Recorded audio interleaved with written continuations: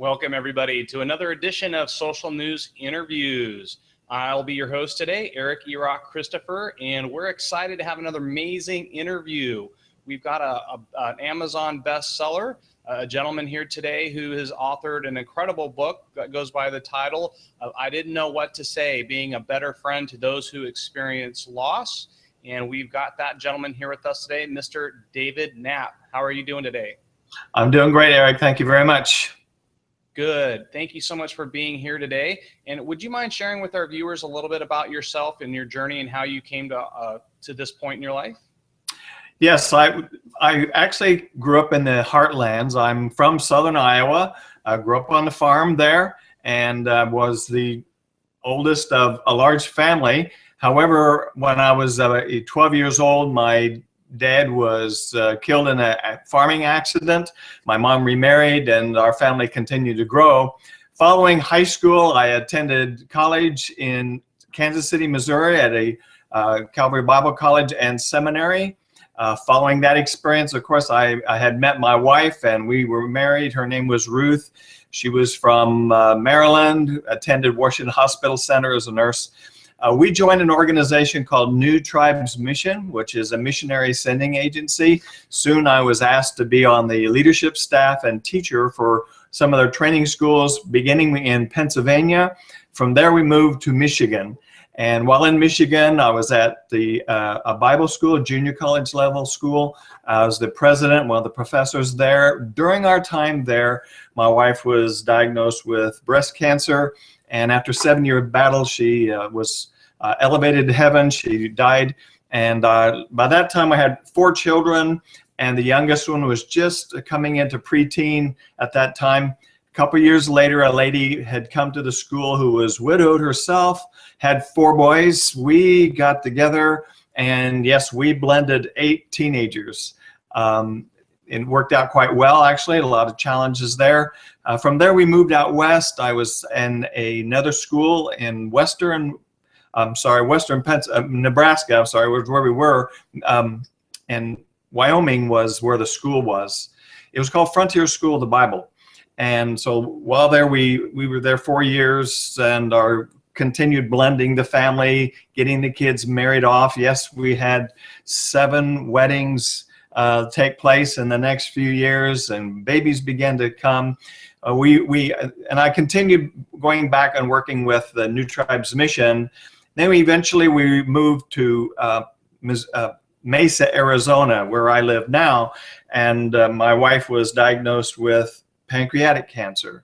So 3 years ago, she died as well. And at that time, we had 24 grandkids, and I was still working with New Tribes Mission. Then I had the privilege of meeting a wonderful lady named Crystal Wacker, who is the editor and founder of a magazine for marginalized women called Reach Up Magazine.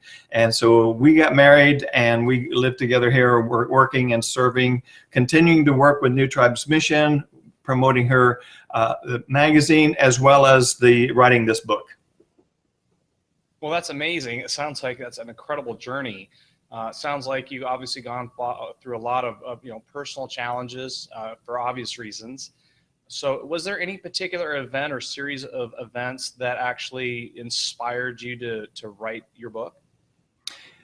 Actually, after my second wife died, of course, having gone through the grieving process at that level before, I knew kind of what I was in for and what it would be like. So I actually started documenting my experience through the grieving process, kind of to teach my kids and also let them know how I'm doing and so forth. And soon other people started asking, and so as I would be invited to speak about the subject, what did you learn during the grieving process? Many people began to prompt me, boy, you need to write that down. That's really helpful, the way you're expressing it. And then as also during some of those months, I had many friends come up to me that I hadn't heard from during my wife's illness and death. But the first time I was in front of them, they said, you know what? When your wife died, I tried several times to sit down and write you, but I didn't know what to say. And I realized, well, I do know what they could have said. In addition to those promptings, I also had deep within me a prompting, and I believe it was God, that basically said, don't hoard your lessons. And so I began to realize through other counsel from other authors, I really should write this particular book. Well, that's pretty, that's kind of fascinating, to be honest with you, that you felt like so compelled that you had these lessons that needed to be shared. And so with that and wanting to share these lessons, were you trying, and did you have a specific audience that you were trying to reach when authoring your book? I do. It's actually the friend of grievers. I began to realize, think about writing my story down and realize, there's a lot of people that have actually written their grieving journey down. And you go on the internet or on Amazon and there's lots of books available, but who teaches the rest of us how to help someone who's grieving? And that's the audience that I found myself, I can help them out. And so that's who I'm targeting.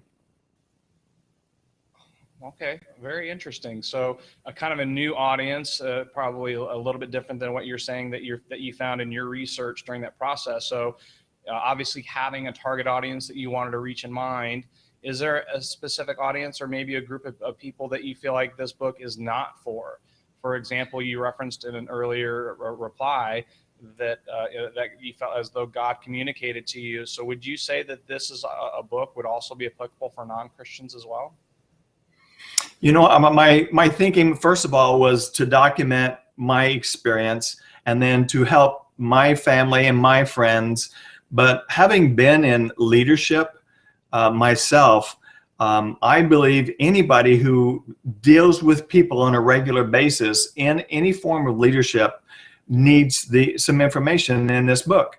And quite frankly, I wrote the book to the general audience. Yes, it is true. I am a Christian, but the book is not limited to that. In other words, it is more to help from one human being to another human being. Here's our experiences, and here's how you could be a better friend to people going through loss. So would you say that's the biggest reason why people would want to read your book? I mean, if someone had an interest and a desire to, and they're curious to read your book, what would you say is the most compelling reason why they would want to do that? Hopefully one of the reasons would be they really want to be a better friend, that they have either had someone that they knew or currently have. And statistics are pretty high that every person watching this right now will, within the next 12 months, if you haven't already, have a friend who has experienced some form of loss, whether that loss is having to give up a beloved pet, whether it's losing a job, whether it's a friend moving away, or a death of somebody. So you're going to have somebody who will be grieving in your sphere of influence. This book is for you. It would be one that you would need, and it benefits you, as well as, of course, many people are already using this. I've had church leaders and hospice leaders, funeral home leaders tell me that this book is one of the best things that they've seen, and some have asked me to come and speak on the subject. Well, you referenced grieving, and obviously the book can be beneficial to anybody who's going through, grieving and trying to be a friend to those who are grieving. So with that, in your past personal experiences, what would you say is the hardest process when going through grieving? For the person who's grieving, one of the difficulties of the grieving process, I find, is the lack of control. I mean, it's almost like something comes over you and you really have difficulty controlling that. So it's first of all, the lack of a handle on life. Everything seems upside down. And partially because we don't realize that grieving is a physical issue as well as a heart issue. It's an emotional issue. And when the two are both at work, it's a challenge to do that. Another one, of course, is the time factor. We want an event to happen and it go away and get on with it, where grieving is not an event, it's a process. And many times as a friend of a griever, our tendency is to think, well, I want to say or do something that will fix your pain. You don't fix grieving, you go through it. And oftentimes those are difficulties. As the griever, it's the, seemingly out of control feelings and hurt that you're going through, and how long is this going to take, and I wish it would go away, but it doesn't. And then the friends tend to feel like, I need to do something to comfort you, I need to do something to help fix your pain, when really it's a matter of identifying that. David, tell us, obviously, you went through several losses personally, and authoring a book obviously requires some level of transparency and sharing, your journey and the things that had happened to you personally. How difficult or how challenging was it for you to be able to relive these personal experiences, things that happened, when you were younger, and then having to, share this and being so transparent with the world? How challenging was that for you? Before I actually started writing any words down, I started out actually by speaking at various venues, hospice memorial events, church events, business leadership events.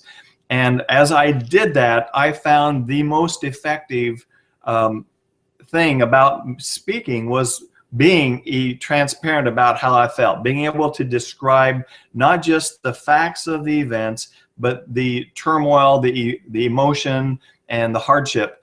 And so I realized that before I started even chapter 1. So yes, it's true. As I started writing, I would actually sit down and, literally knowing what I was going to write about in that particular chapter, emotionally and mentally, I had to go there. So to be honest with you, because it was so challenging and so difficult, it took me almost 2 years to write this book, because it was so emotionally draining. I would write a chapter and it would be a week or two or more sometimes before I could get to the next chapter, or even have the emotional strength to go back and edit what I had just written. So yes, it was a big challenge. And that's one of the points. I've had people tell me that that's particularly for a man to express this kind of feelings, emotion, it's a little uncommon, but it was a big challenge, and I believe it's going to benefit a lot of people. So for those of you that are just joining us, we're interviewing author David Knapp. He's recently wrote and publicly launched the book, I Didn't Know What to Say, Being a Better Friend to Those Who Experience Loss.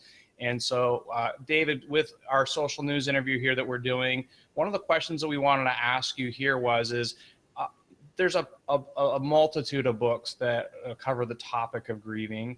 So really, how big of a deal is your book? And what would you say that your book does that really helps to make a difference in people's lives? My book, I believe, it is distinguished from many people's book is in a way that it could actually be viewed as a handbook for friends of grievers. It's not a textbook on the grieving process. Mostly I use my own experiences and those of a few friends or other people that I've interviewed, because I haven't experienced everything that I cover in the book. So there's some of the information I've gathered from other people, but at the same time, the thing that is going to distinguish this book is it has laid out in it, there's actually a list at the end of every chapter on saying this is better than this, say this instead of this. There's about 5 or 6 of those say this instead of this listed at the end of each chapter. There's 14 chapters. So that's a lot of recommendations for the person who would scan it. And plus, at the end of each chapter, there's highlights. So the book is good for a read, or it's good for just sit down and pick out, or it's good for research. Well, it's great that I think that you're being very specific with people in that they can actually take, specific takeaways in terms of, maybe they're questioning what they should or shouldn't say, and they can reference your book and say, oh, this might be something better to choose instead. So with that, obviously, we're here in the 21st century, and, death's been around since the inception. And, so how would you say your book is relevant today? And if so, why?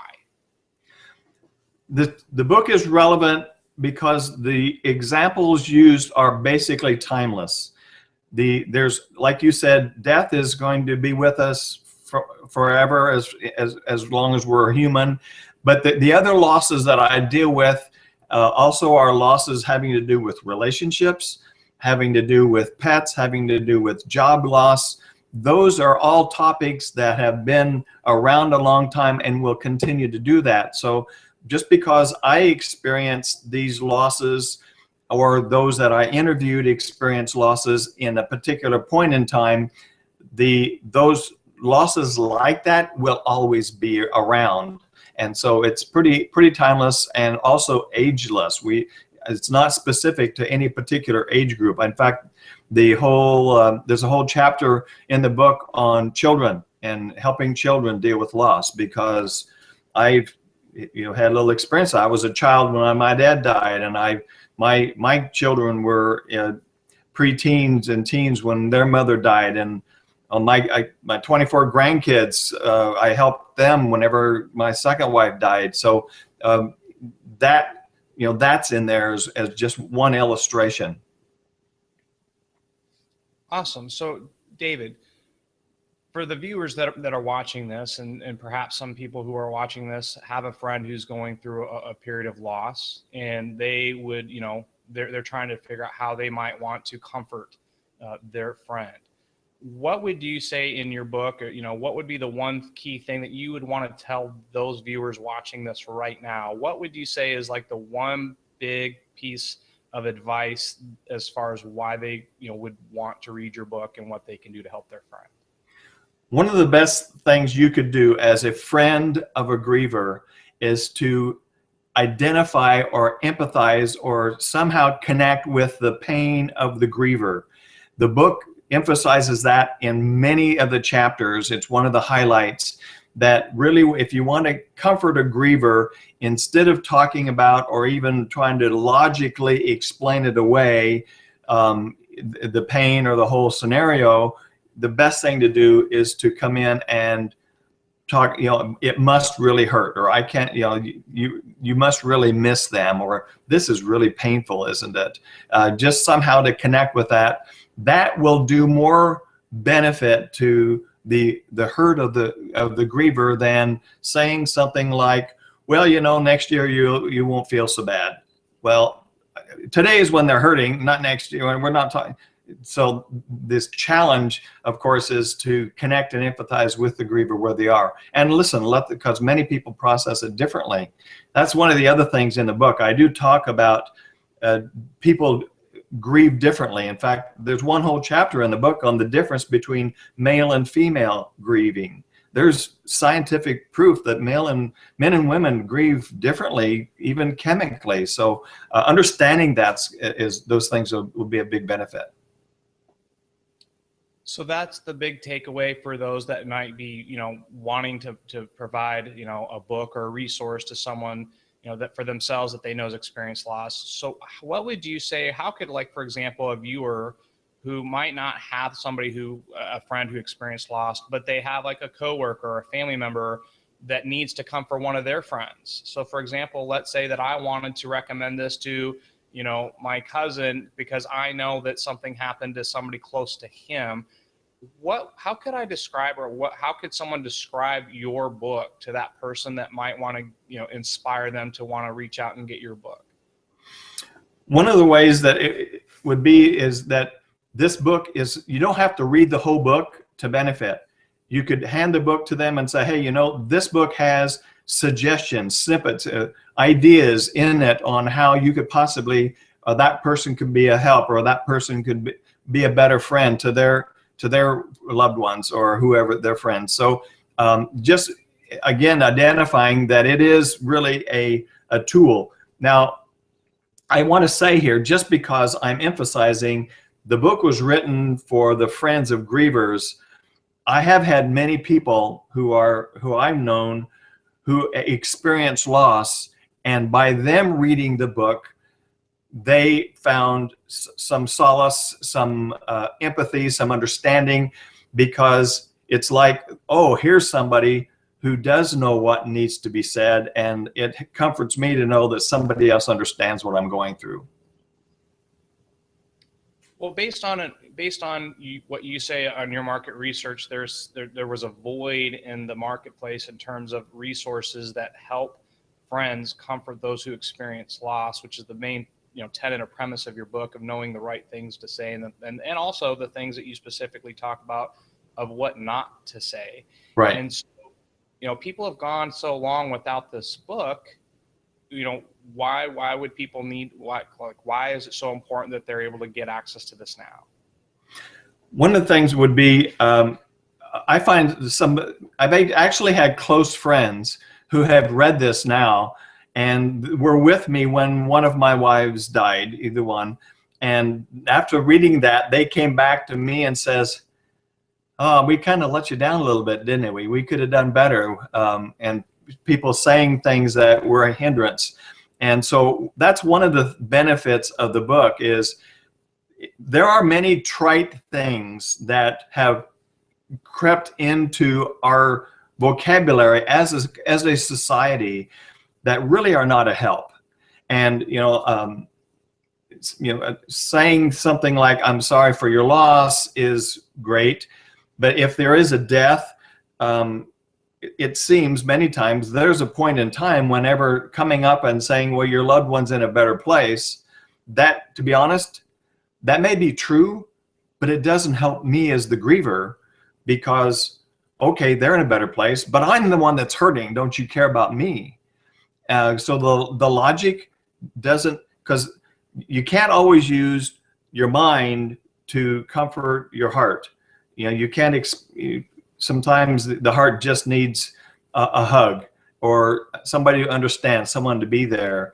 So yeah, the book is beneficial to help people even realize, here's some things maybe you say by default that maybe have not been that helpful.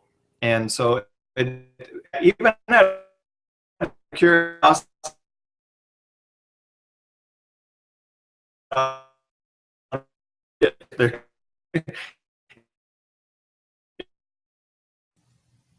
some trite vocabulary that we had.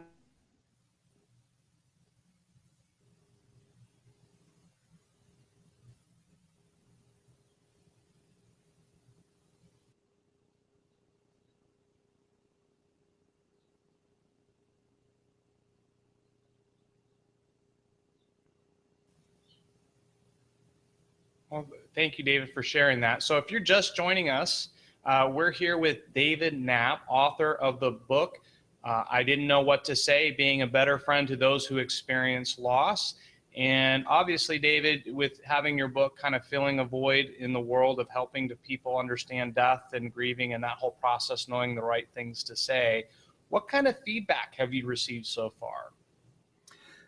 The feedback I've received has been quite a gamut. For example, I got word back, a letter back from a hospice chaplain friend of mine, and I actually gave him a copy of the manuscript to look before it was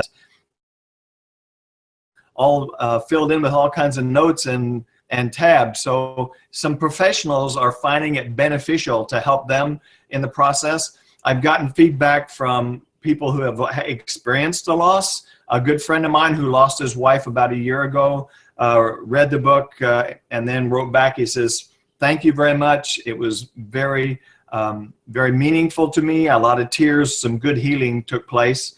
I've had other people respond kind of on the academic level. a teacher from Liberty University responded and pointed out that the book is well written, and it's clear, covers a lot of subject matter real clearly. And so it's been pretty encouraging, the feedback I'm getting. And in fact, people are asking for multiple copies to give out to their friends, some even as Christmas presents. So as giving these as gifts, obviously, what would be an easy thing or a couple of sentences that you might be able to offer as advice of how to describe your book in just 1 or 2 sentences so that people would understand the premise of why they're giving it to them? Of course, I've had some people buy extra gifts because they're giving it to a friend.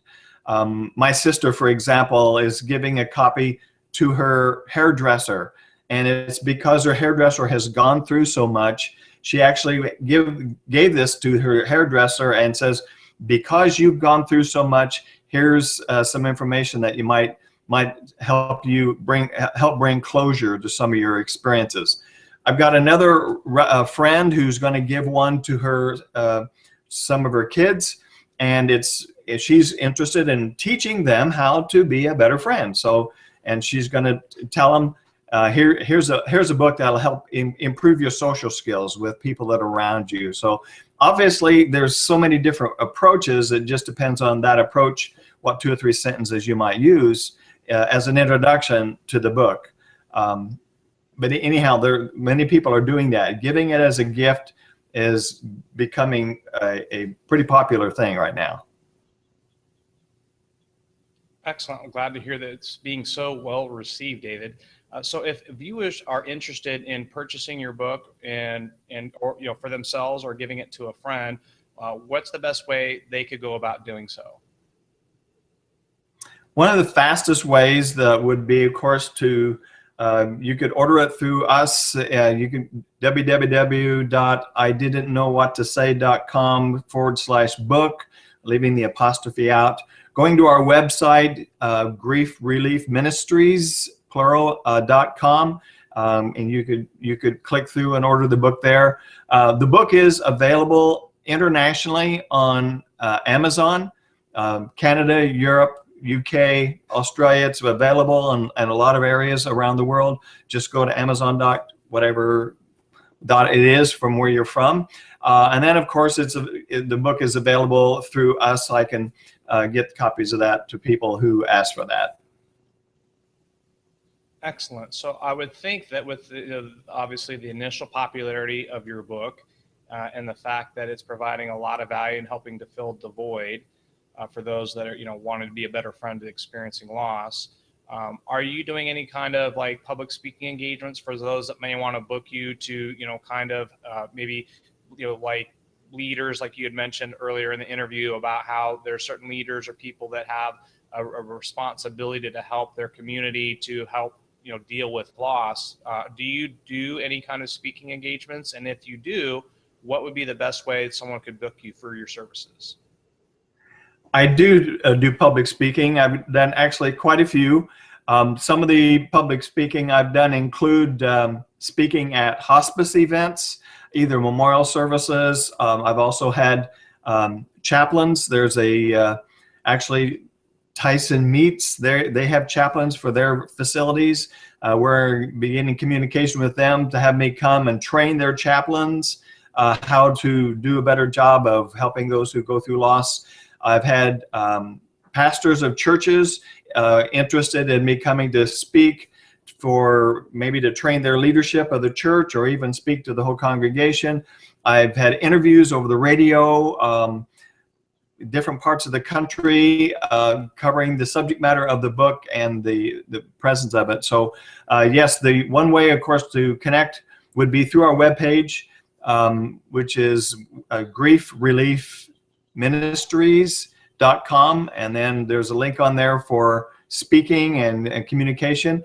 You can also call our 800 number. It's 866-596-0470, and get through to me, and we'll be able to arrange whatever venue of speaking would be required.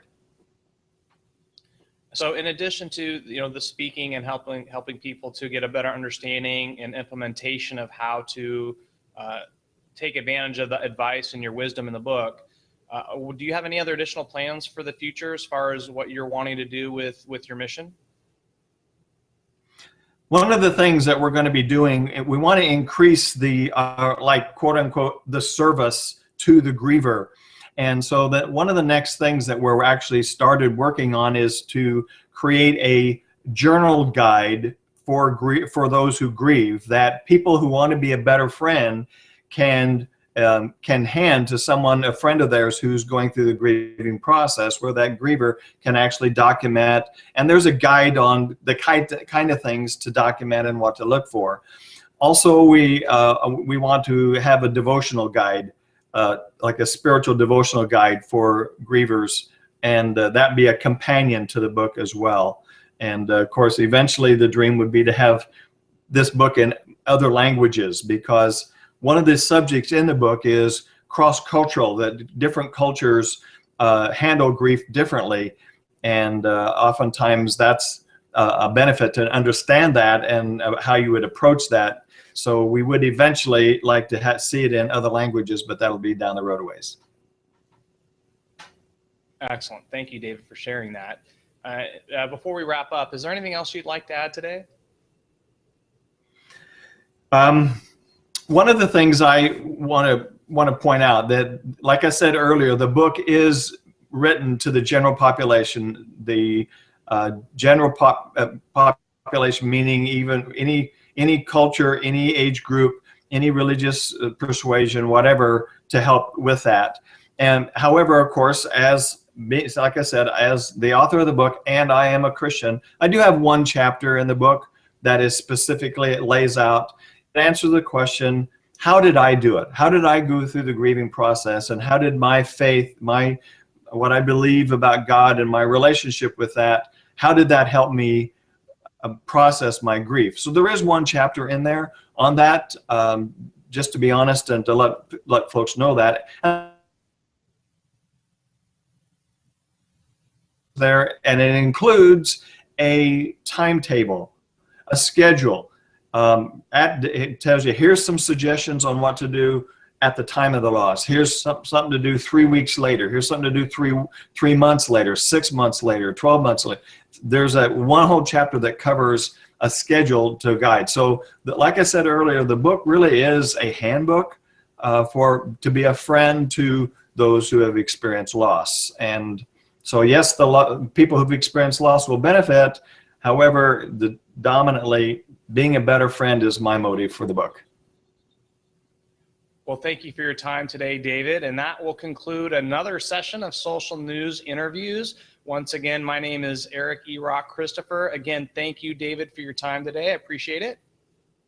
My pleasure. Thank you very much. See you all on the next edition of Social News Interview. Thanks so much and have a wonderful day.